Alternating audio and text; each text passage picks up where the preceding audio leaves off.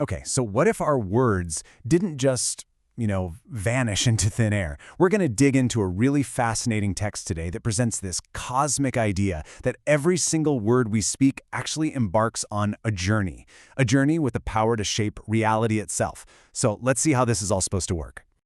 It really all starts with a question we've all asked ourselves. In those moments of hope, or maybe even desperation, when we speak out into the void, is anyone actually listening? Well, this text proposes a pretty definitive yes, and it doesn't just stop there. It lays out this incredible mechanism for how it all works. So according to this source, there's actually a specific pathway our words take. And this isn't just, some kind of wishful thinking. It's described as a tangible, almost celestial delivery system. Let's break down exactly how this journey is supposed to unfold. And the poetic detail here is pretty amazing, right?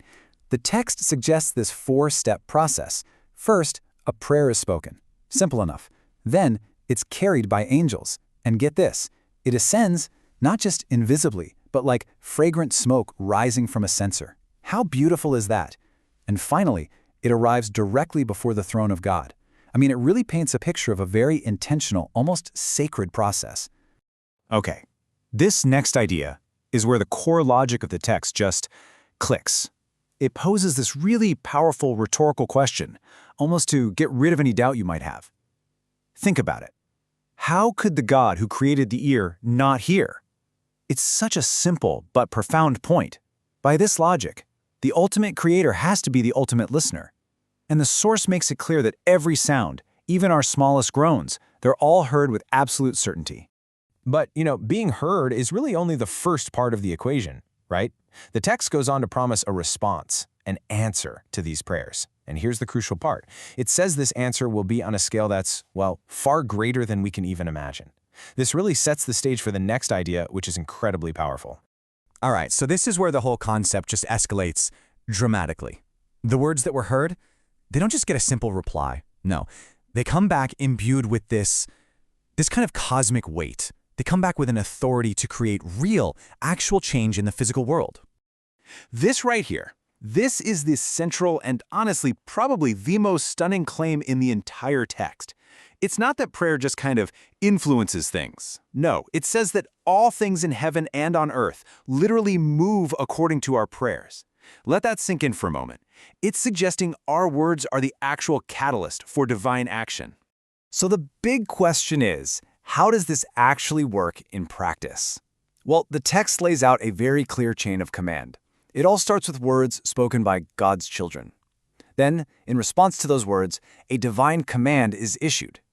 That command is then given to angels, and they act as the agents, the boots on the ground, so to speak, who execute the outcomes, and that means both blessings and curses that were set in motion by that original prayer. What's interesting is the source itself kind of pauses here to reflect on the sheer scale of this idea. It asks, how great is this authority? And that's a question that's really meant to make us stop and think about the immense responsibility that comes with having this kind of power.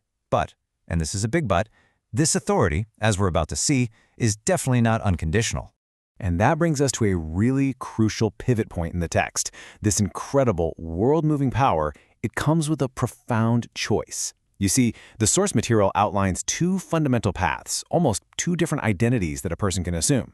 You're either one of the children of the day or one of the children of the night. And wow, the contrast between these two paths is just incredibly stark.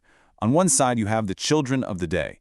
They're described as children of God, and their whole purpose is to radiate this divine light and fulfill their duty. On the other side, you have the children of the night. These are the ones who lose sight of that duty, and they become, as the text puts it, dark and gloomy, and children of the devil. So that begs the question, what exactly is this light they're talking about? Well, this light is defined by the source as the glory of light. And it's not some vague, fuzzy feeling. It's something very specific.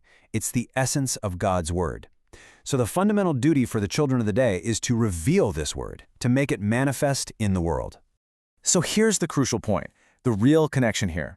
Wielding that world-moving authority we talked about is tied directly to fulfilling this duty to shine.